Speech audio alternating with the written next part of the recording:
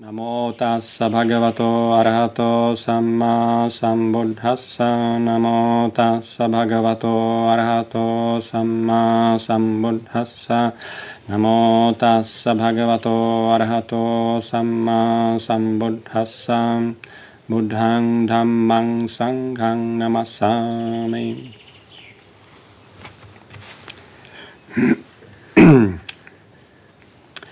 So, yesterday we talked about 5 qualities which are helpful and which are needed for any practitioner along the path of the Dhamma, are needed to be developed, cultivated, and when they are developed fully and completely, then a person is Arhat, fully enlightened being, as the Buddha expressed it in the chain of short suttas in Samyutta Nikaya, in Indriya Samyutta.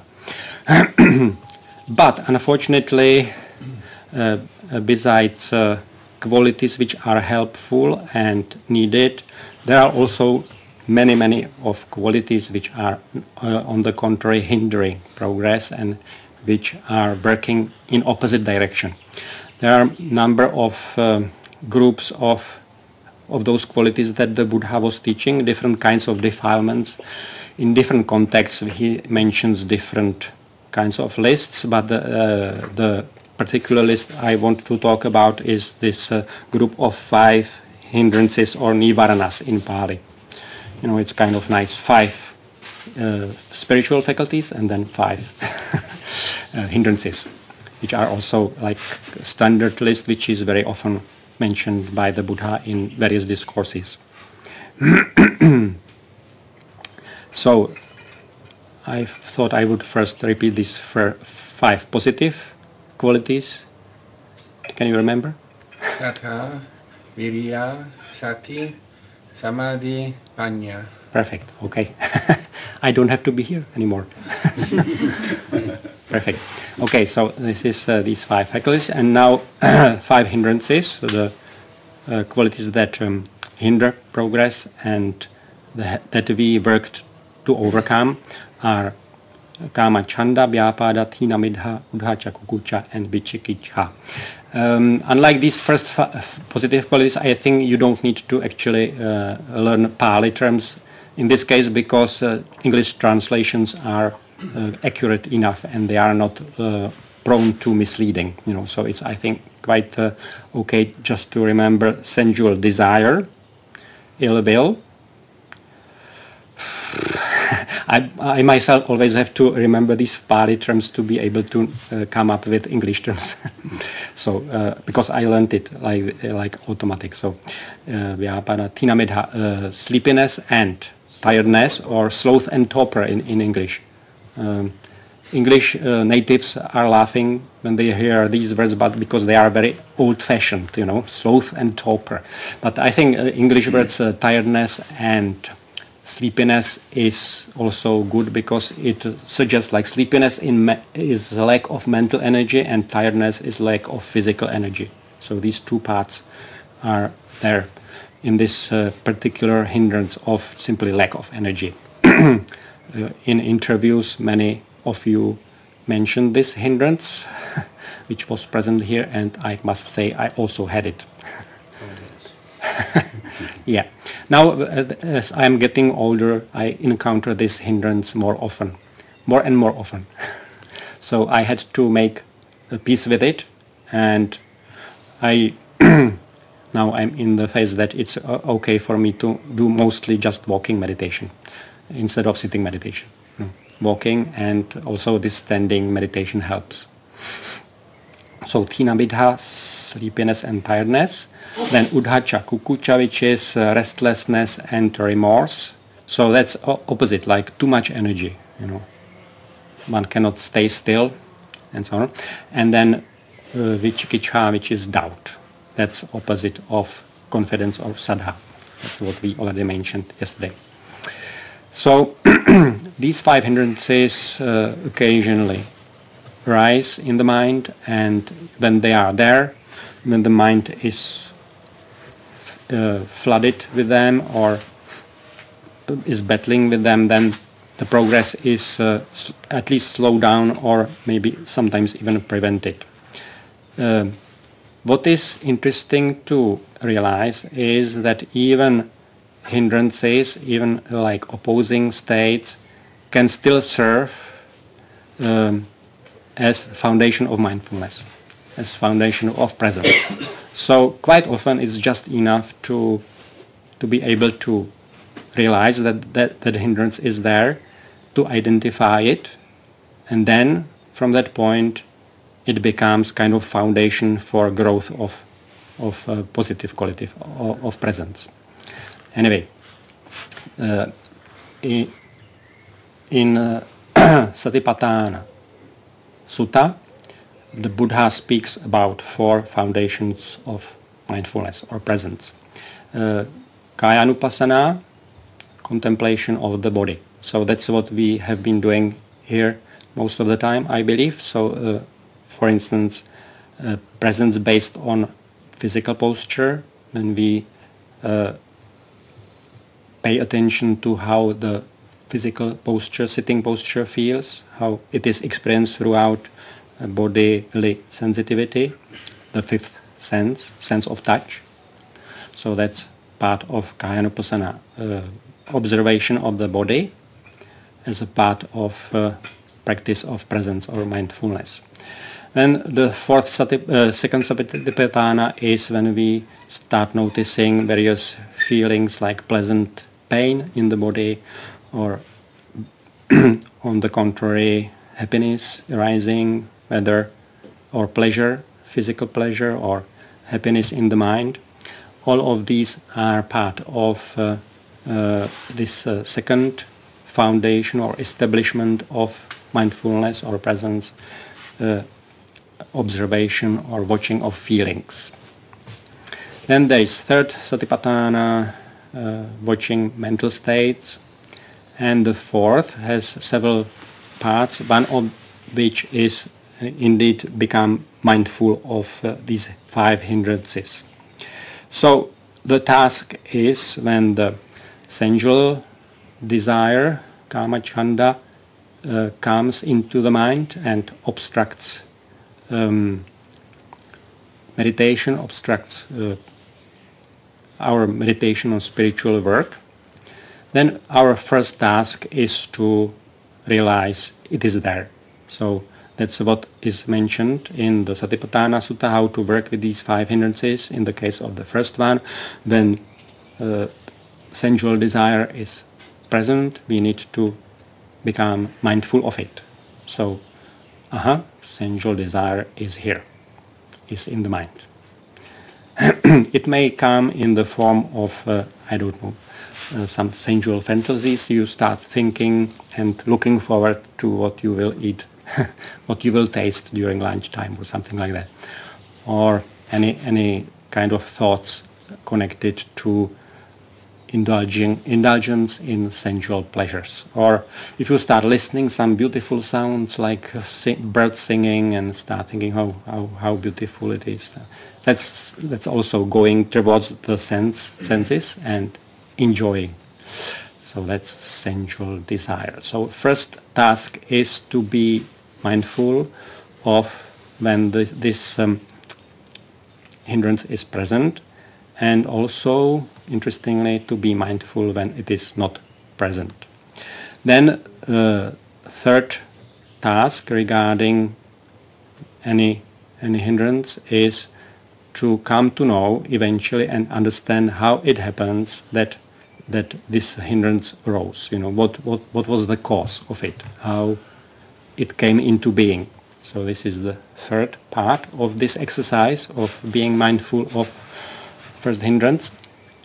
The fourth task is to come to understand how it can be overcome. What to do in meditation to bring this hindrance to cessation, to disappearance. And the fifth task is to understand how it can be arranged that once this hindrance is overcome, how to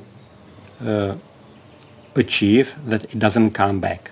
You know, so these five things regarding basically every one of these five hindrances.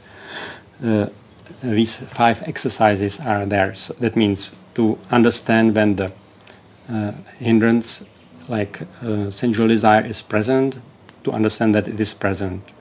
When it is not present, to see clearly that it is not present in the mind. If it arises, then understand how it happened that it arose, then to find a skillful way to overcome it, to make it cease.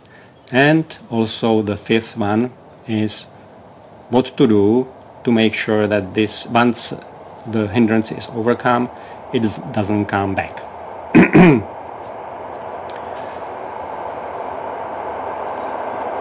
It is kind of interesting to notice that this is not trivial, you know, to identify hindrance when it is present, to identify it, it's not trivial. It sometimes doesn't happen. Sometimes you see examples of sometimes maybe even long-term Dhamma practitioners to be overpowered by hindrance. You can see it from outside, but you can see that they don't see, that they don't identify it. You know. So I will come to it when I come to this second hindrance, which is ill will. I think it's quite obvious, to you what kind of hindrance that is, some kind of memories of what happened to you in the past, which was disagreeable, and you start thinking thoughts about it, and ill will in the form of maybe pain in the heart arises. So again, in this case, what one needs to do is to be aware and to correctly identify it as ill will when it is present.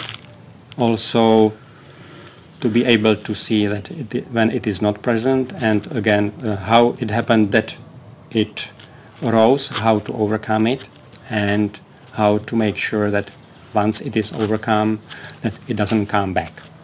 Excuse me. So when I say ill will, that means not only when we want to do something bad or we think of having done something bad towards someone, but also situations when someone did something to us, right? Mm-hmm. Yeah, that's what I meant actually.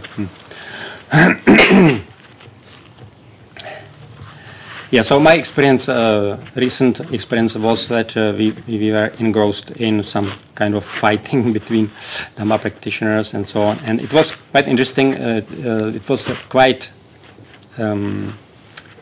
very obvious that there was some kind of hate and anger playing a role at the same time for a long time, and for a long time they were not able to identify it as such and do anything about that, you know.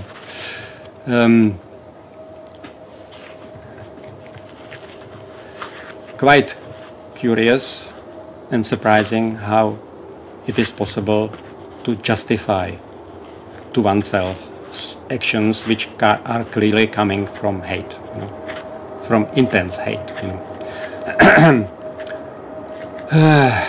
Maybe better if I don't mention too many details.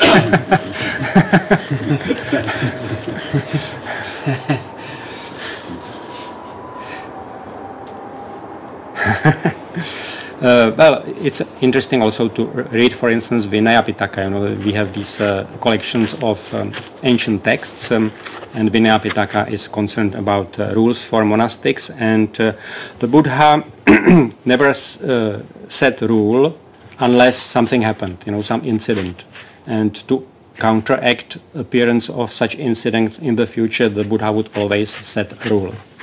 So the very first rule was rule for celibacy for monastics, because there was this one monk who agreed to have sex 3 times with his ex-wife to produce inheritors. You know, like his parents were concerned that their property would go to king if they didn't have a grandson or granddaughter.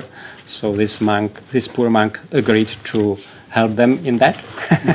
Later he was overcome with, he was good monk, you know, he was overcome with remorse, so he confessed to the Buddha, and Buddha established this rule of celibacy for monks, and that became the first rule. But anyway, when you read this Vinaya Pitaka, you see how various monastics misbehaved, you know. I think it's educational to read, because sometimes it looks like people presuppose that if someone is in robes, that he or she must be necessarily a good character, good person. But I can tell you, I met few heavy clinical narcissists and even one psychopath among monastics, you know.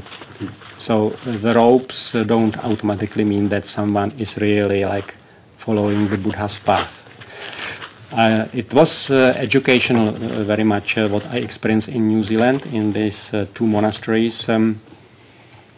It's kind of interesting that a psychopath is defined as a person who has no remorse, right?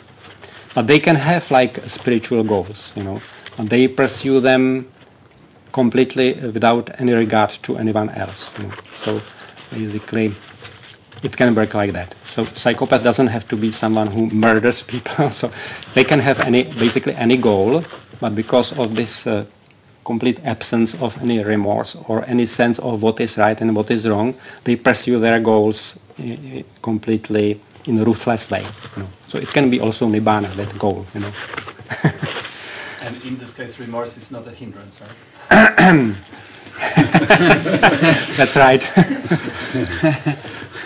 Conscience, I think conscience is a better word. Yeah, conscience. So they have no sense of what is right or what is wrong, you know. So, ill will. Then the hindrance of thina midha, sleepiness and tiredness. This hindrance is kind of interesting because unlike sensual desire and ill will, which are kind of subtle form of unwholesome karma, you know, thina midha doesn't constitute bad karma. You know, it's just that when the mind is sleepy, you cannot make progress. But it's not by itself like going to sleep, and sleeping is not bad karma. You know, it's just a waste of time. So thina midha, again, the task is to identify it, if possible to catch it at the beginning. If you catch it quickly enough, then you are better disposed to overcome it, to not allow it to stop you. I was surprised when I was meditating in Mahasi Center in 1995, my first long intense retreat, that my teacher, because I had this problem, he told me, yeah, your mindfulness is not strong enough. So I didn't know, at that time I didn't understand why he tells me this in connection with thina midha, with sleepiness and tiredness, but now I understand if you have enough mindfulness, enough presence, you are able to catch the sleepiness as soon as it starts entering the heart, you know, and if you do, you are basically out of it. So I observed Ajahn Chandapala, who is abbot at in the monastery in Italy. On every uposatha, I think once a week, they have meditation until midnight, and he was able to really do like 3-hour sittings all the way up to midnight. So I myself was overcome with sleepiness, but he kept sitting, and I noticed that he was doing like a slight movement like this, you know, as he was like kind of catching the sleepiness very quickly. So it went only very slightly, and then he returned back, you know. So there was not this deep nodding, you know. It was very subtle nodding like this. You could see that he was able to catch it always at the beginning.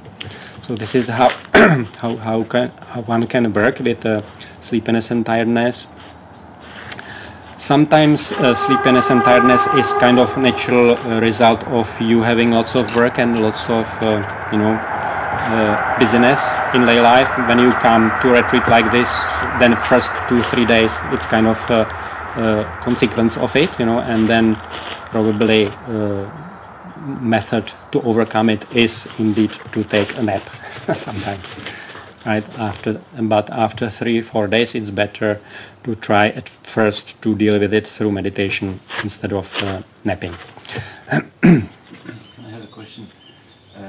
Is the strong will helpful at the beginning to overcome the sleepiness?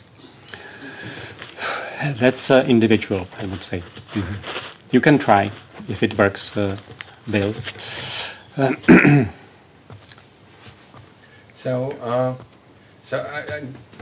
I also hear by sloth and torpor, but it can, so by sleepiness, but it kind of can go both ways. One is that I kind of essentially start dozing off, but the other is that I don't fall asleep, but I start having this little dream. So it's kind of like a scattering of thoughts, but connected with a dream. So how does that fit into those hindrances? Yeah, I think it's also a form of sleepiness. They can come in different forms. So something like dreaming is also a form of it. It weakens mindfulness, presence, so you don't catch those dreamy thoughts quickly enough, and then you kind of half awake, half sleeping, and dreaming. That's also, I think, form of this hindrance.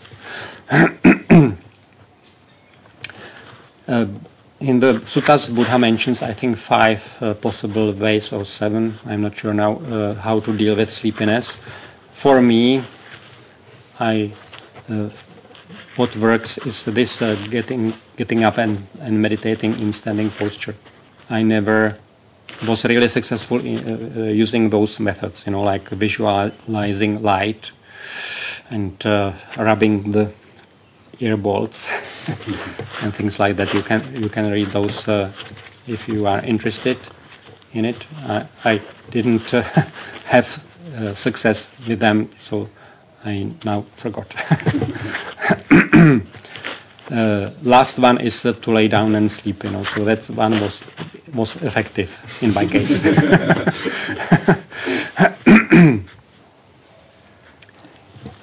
But sometimes sleepiness can also come through too much thinking. Like too much thinking exhausts energy, mental energy, and then the mind tends to start nodding.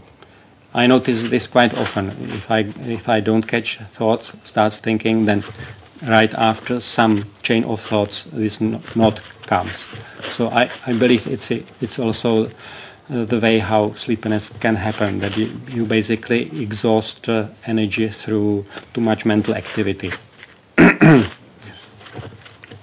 had several times when I had a very stressful time at work that I could not fall asleep for the whole night. It was for half a year. It was a very stressful time for me.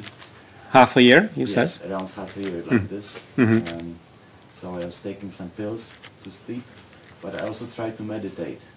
So I was like a little bit sleepy. I should sleep it was like middle of the night, but I could not fall asleep. I was a little bit stressed, so I was sitting and trying to meditate, but this did not work too, because my mind was jumping from one object to another.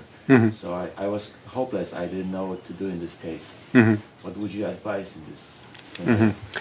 Yeah, I had a similar experience during my 7 years ago health crisis. I couldn't sleep for 7 nights. So it can have sometimes physical reasons. Sometimes brain stops working. So I was desperately tired for 7 nights, and whenever I lay down, I was not able to sleep because the brain was kind of buzzing. There was this lack of some neurotransmitters which cause suppression, like sympathetic and parasympathetic something, So it can have physical reasons, and then you cannot do much about it, I think.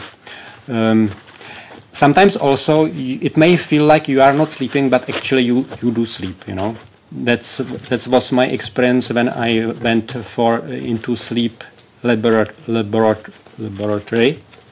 This they have when you go there, stay there overnight, and they attach all sorts of instruments to you, and they watch what your brain is doing. So my perception was that I slept only 4 hours and 4 hours I wasn't sleeping, but according to their measurements, I was actually sleeping. And I know that my mother had something similar. She said she perceived that she was not sleeping for 3 months, but that's impossible, you know. So it sometimes is like that you think you are not sleeping, but actually you are sleeping. But anyway, yeah, sometimes it may happen really that it is basically based on the some kind of physical problem, physiological problem. And then you do need to take some pills. This combination of stress and tiredness. Tiredness, or also what you eat, for instance. In my case, I managed to damage my microbiome, you know. I had no bifidobacteria and lactobacilli, which means that I had no neurotransmitters which help brain to sleep. So sometimes through stressful lifestyle you can disrupt what is happening in your bowels, and then your brain stops working. Okay, so the bottom line is that the meditation may not help. Is not always the best approach. Yeah. Okay. It was a discovery for me as well. You know, I thought meditation should be able to deal with everything, but it was not possible for me. So I had to also take some pills, sleeping pills, for some time. What helps, I would suggest physical exercise, aerobic exercise. You know? Like sweating out. Huh? Sweating out. Yeah, yeah. Increasing breathing and heartbeat for 1 hour a day, continuously. You know, continuous exercise, right amount. That can help. I don't know whether it's universal, but in my case it's definitely like healing approach, you know.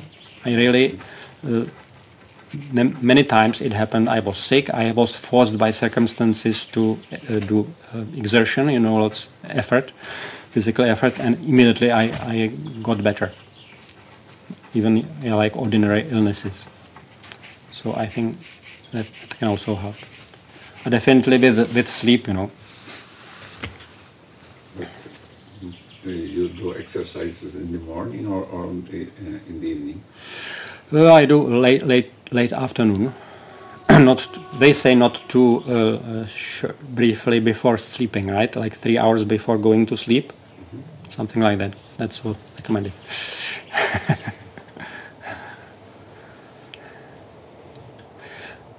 Okay, so that's. Yeah, also, I sometimes notice today as well that sleepiness can be mind's aversion to some emotions it doesn't want to face, right? Yeah, that's correct. And then it's kind of escaping. Yeah, that's the part of mental training, you know, meditation, to discover all these kind of things and causal links between how it happens that hindrance arises. It can be a number of things. So again, in this case, one needs to become aware as soon as possible that this hindrance entered the mind. Sometimes when the mind is bright and there is lots of maybe some light in the mind, then you can see also absence of sleepiness, and you are gradually through the enough meditation training, discovering all sorts of things, how ways this hindrance can enter the mind, how to overcome it, and how to make sure that it will not arise in the future. I always repeat these 5 things because that's what the Buddha also did in Satipatthana Sutta. He mentions all these hindrances, and with every one he repeats these five ways of dealing with it. So that's a didactic approach. Then there is this 4th hindrance of restlessness and remorse. Remorse is always associated with restlessness, so I think that is why it is kind of grouped into one one hindrance. Sometimes you can have just restlessness without remorse, but if there is remorse, some restlessness is also there. So it counts as one hindrance. It can be really terrible torture to meditators. Just restlessness. You know, sometimes you may notice if there is lots of thoughts. I always thought it must be maybe sensual desire or ill will, but actually quite often lots of thinking comes just from too much energy, too much restlessness. You know. So yeah, it's also important to identify whether the tendency of the mind to go into lots of thinking, whether it is coming from sensual desire, ill will, or just restlessness. And I noticed in my case it's mostly just restlessness. So what to do with it? It's very difficult. It can be very difficult hindrance to deal with. And as I mentioned in one of the interviews, I know monks who are still tortured by restlessness even after 20, 30 years. You know. It's not easy, and I think the reason is that they actually don't identify it as such, you know. So then they employ themselves by various activities other than meditation or dealing with the restlessness directly. So again, we need to find out how it happens that mind falls into this hindrance. It can be on subtle level, it can be making too much effort in meditation. That was my case when I tried to be continuously mindful. I did too much exercise, too much willpower, and then it was really like explosion of restlessness for 3 days. So that's one way restlessness may enter the mind. Now, how to overcome it? It's very difficult, but I think the shortest way is to step back from the restlessness and just watch it. You know, watching the mad monkey mind jumping from one branch to other. You know, just watching it, and it's very tricky because because restlessness tends to drag you into that jumping. You know, so it can be kind of torturous, but one just needs to, if possible, to see where that torture lies. You know, is it physical, on physical level, like pain in the body, or is it just mental torture? And more effectively, you manage to stay back from it. Is more quickly this restlessness subsides. So that's discovering the ways to overcome this hindrance, and once this is overcome, one needs to again discover how to arrange that it doesn't come back again. I think the name is quite adequate because, at least in my case, restlessness is my entire life. I have ADHD, which has this word hyperactivity. Yeah. I know. I'm permanently restless, but it's also about not allowing yourself to rest, which is, you know, I have to do something, I have to achieve something, I have to. But in my case, it's permanent. That's why I'm, doing, making, dancing, talking, etc. But there's something about it, and for me it's horrible because even if I overcome sloth and talk or another doubts, etc., and I feel I'm very close to resting, just lying down, I'm not yet there. There's something that this buzz inside. It's the word for me. Yeah, you see.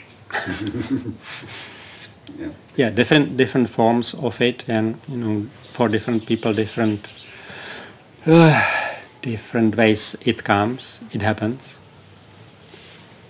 Yeah. It could have also some physical base, you know, this ADHD.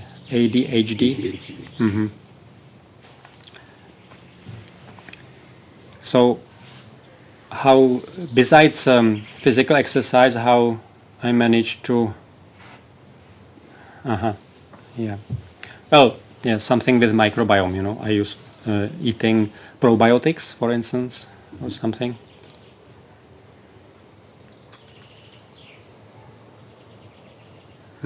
I don't know. Yeah, and then we have this doubtfulness. I think that is also quite difficult hindrance to overcome if it happens. I don't have much experience myself with it because for some reason once I became convinced disciple of or follower of the Buddha, I don't remember ever recall having doubts about his teachings or Dhamma or whatever, and about myself I think also I didn't have much doubts. But I can imagine that what helps best is basically to associate with people who have confidence, who have faith in the Buddha's teachings, and if one feels like being overcome with doubt, simply to engage, to take part in discussions and in consultations. It is mainly about doubt regarding the teachings, or anything? Anything, yeah. But doubts about Buddha, Dhamma, Sangha, oneself, you know, correctness of the method, or doubt about your teacher. By oneself, you mean by our ability to exercise the teachings, or? Yeah. So also in the case of this hindrance, we need to be able to identify it, to see that it is actually this hindrance which weakens our efforts. Now I remembered actually during my first retreat, I did have something like that, and I wasn't able to identify it, and then teacher pointed that out to me, and that was kind of surprise. Yeah, it was this kind of a hindrance. Yeah. So we need to be able to see how, if it happens, how it happened, and how to overcome it, and how to make sure it doesn't happen again. In most cases, what causes many of these hindrances to arise is a wrong kind of attention. At some point, we engage in some kind of unskillful thought, and that thought triggers rising of one of those hindrances. So to make sure that it doesn't arise in the future, what can be done? What can be done is development of these 5 faculties. Once the 5 faculties reach certain level, from that point some of the hindrances are not possible even. You know, so for instance, when the development of the 5 faculties reaches the point that a meditator experiences stream entry, since that point vicikicca is not possible, because the faculties are strong enough to catch the mind before it pays such unskillful attention that doubt could arise. You know, so this is how. Vicikicca is doubt, right? Vicikicca is doubt. Yeah. But is it only doubts about practice, Buddha, and the teachings, or you know, personal life, whatever thoughts? No, I think it's limited to this. You know, to hindrance on the path. You know, of the Dhamma. So doubt about the path, about the Buddha, and so on.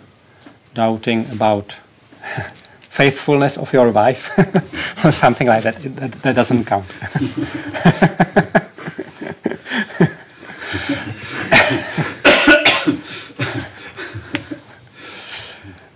So yeah, on the level of stream entry, vicikicca is completely overcome. Then sensual desire and ill will is overcome on the level of anagami. So once the 5 faculties are on this level, then the mind is so skillful and quick that it catches itself or attention before it can go as far as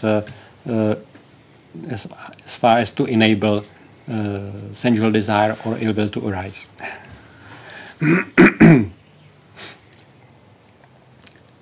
And what is there? Yeah, and the rest is only overcome completely, I think, at the level of full enlightenment.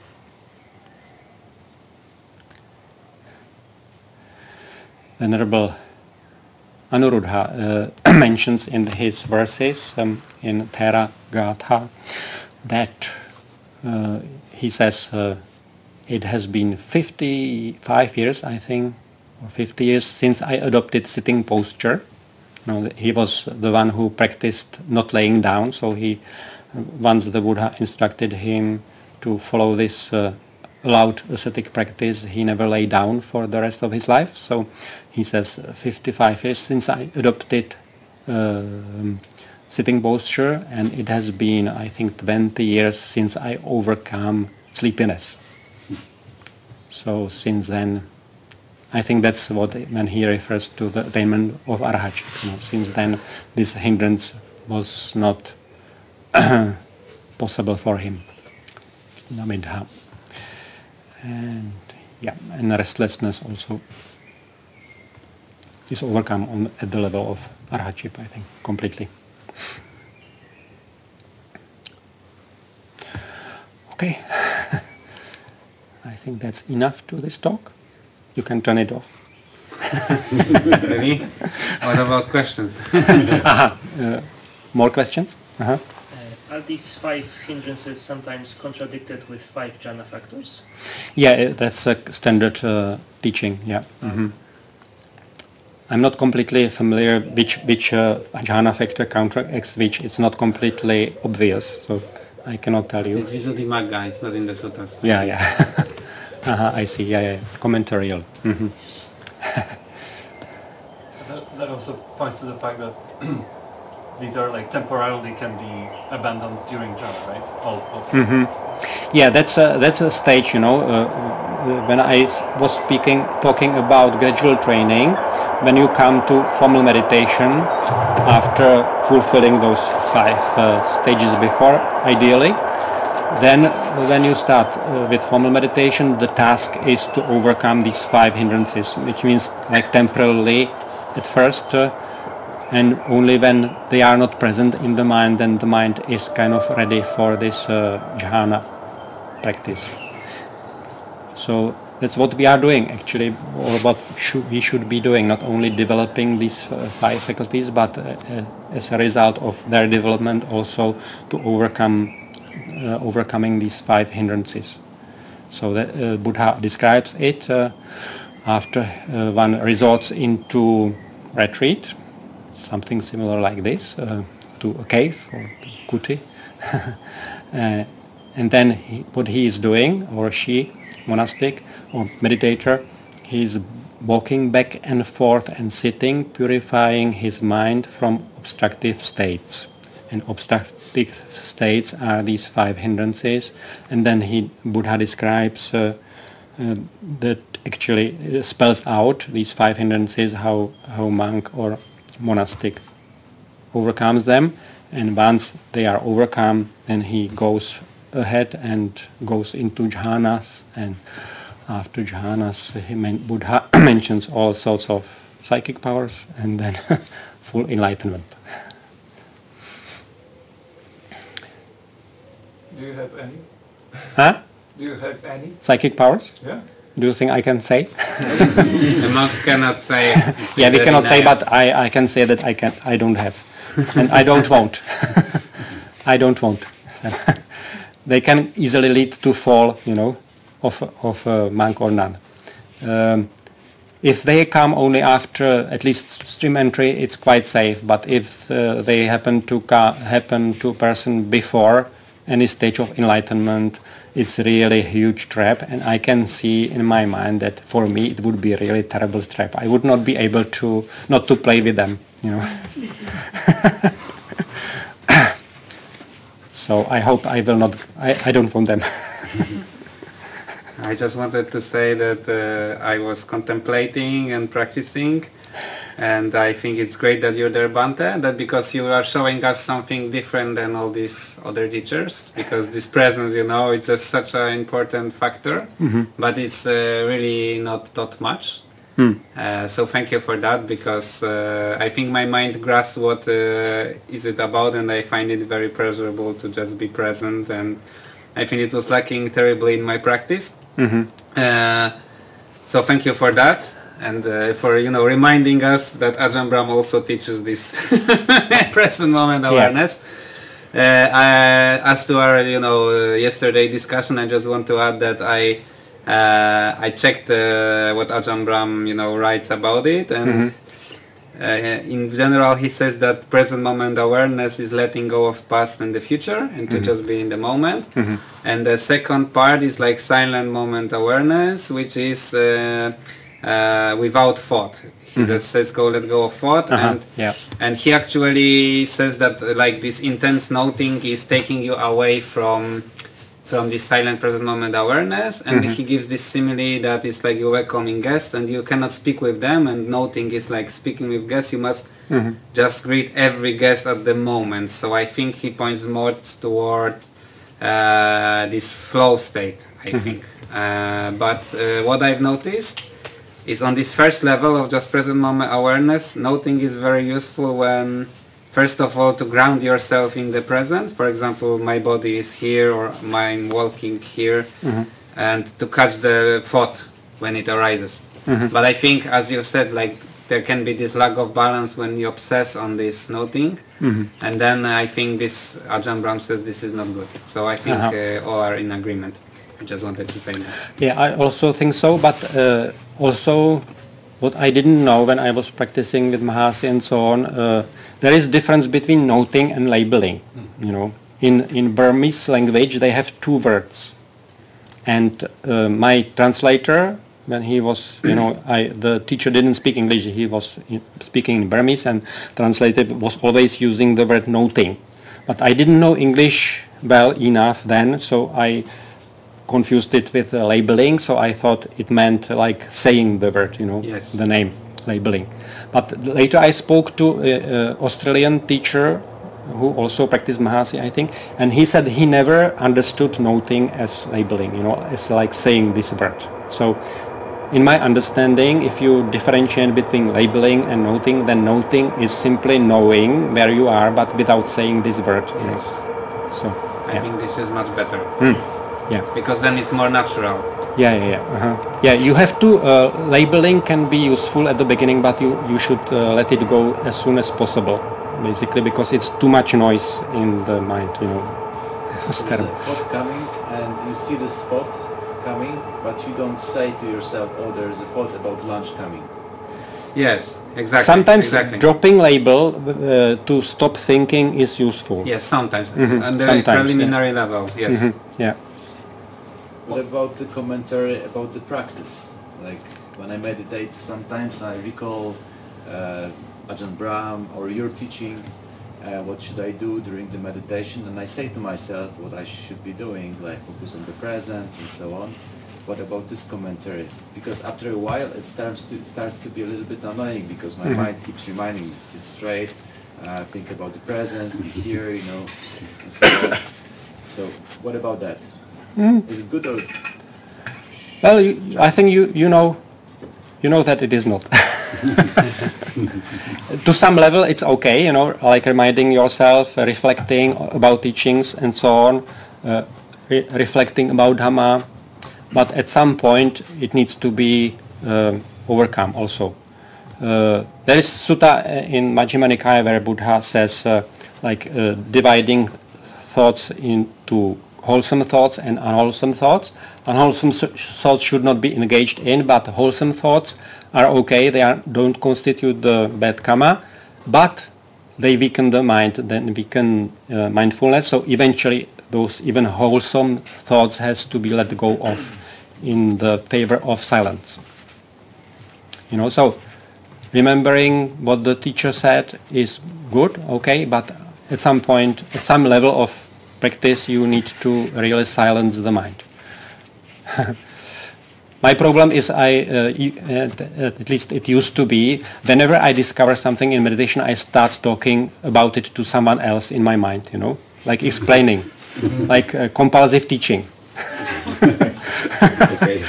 So yeah, it was good for me not to actually teach for 20 years. Now I don't have this kind of problem. It's quite easy to remain silent and not to teach in my mind, you know.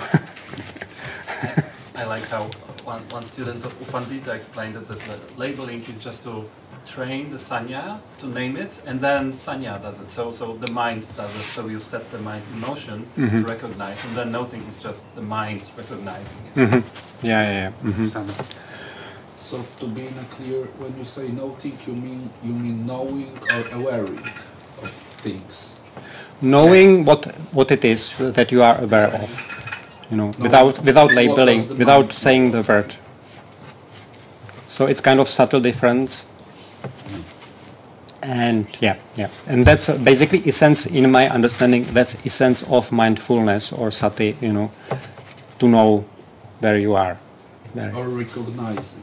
Yeah. That's also that would be also noting.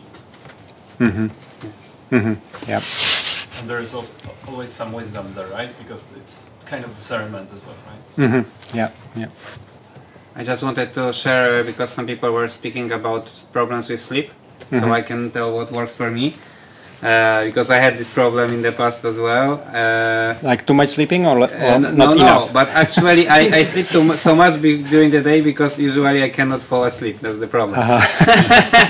But it's caused by some pains, bodily pains. So I don't know the fix for how to fall asleep when you are in pain. But when you're not in pain, then what works for me is to just don't try to fall asleep, but just lie down and rest. And just focus on all the sensations of tiredness and resting, and try not to, you know, focus on anything else, just because when we want to fall asleep we actually make expectation and craving, but when you just rest without like craving for sleep, then actually like rest and everything in mind adds up and it just puts you to rest. So this is what works for me.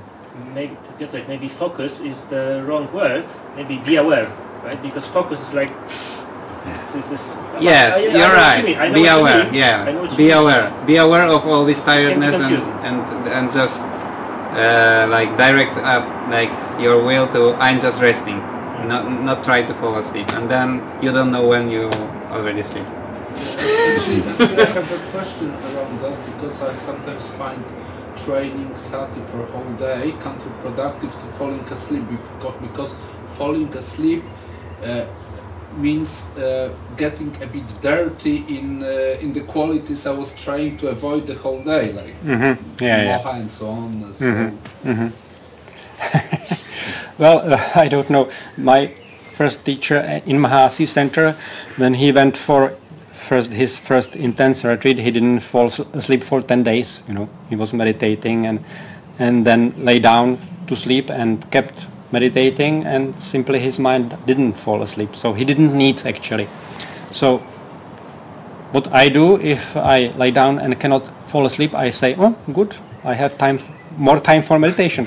If I don't fall asleep, it's good, you know. So I use time for meditating, and I just allow the mind when it is ready to fall asleep. Yeah, but at some time the mind can become desperate. Like there's a lot of awareness, like that keeps going and so on, and like it's, but like another current of a mind or another part of a mind becomes like desperate to really get to sleep, because like tomorrow is coming, 5 a.m. and so on. No, just tell yourself, okay, if I don't fall asleep, if I spend the whole night my meditation, that means that I don't need to sleep. You know? So if we're sharing tips, so my way of falling asleep is doing a metta meditation. Because then usually I also end up in a good mood, and it's kind of very... Yeah. It's good, yeah. Different approaches, yeah. I still believe if you like meditate while lying down before sleep, if the mind really remains awake the whole night, then the sleep is not needed, I think, because the meditation itself should give enough rest to brain, you know. That is something that works for me during the day, because sometimes I get sleepy, then so I decide, instead of trying to, especially at the start of a retreat, instead of trying to stay awake at all costs, I just follow the nature of my mind and body and go to sleep. But then when I lay down, I don't sleep, I just at this very low level of awareness, which is very nice because it gives certain nuances about like the softness of awareness when it's a bit loose and like... Yeah. Okay, so I have a question that's kind of about that. So most of the time after meditating I feel restful. But sometimes it's the opposite. So for example, if I am meditating on some pain and so on, then usually, so sometimes I have a good meditation in the sense that, you know, that I am able to focus and I'm not restless, because it's easy to go to pain, but then I am tired. Also, if I have a scattered mind and I kind of force myself to let's go back to the breath and so on, then that's also sometimes a really good meditation, but I also feel tired after that. So is that a sign of too much effort or something like that? Yeah, I think so. Too much doing, maybe, in meditation.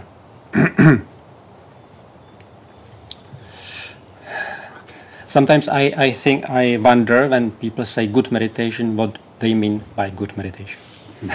You know, sometimes what we evaluate as good may not be good. And what we evaluate as bad is actually most productive, you know. So usually people think if it's pleasant, peaceful, then that's good meditation, right? But is it necessarily so?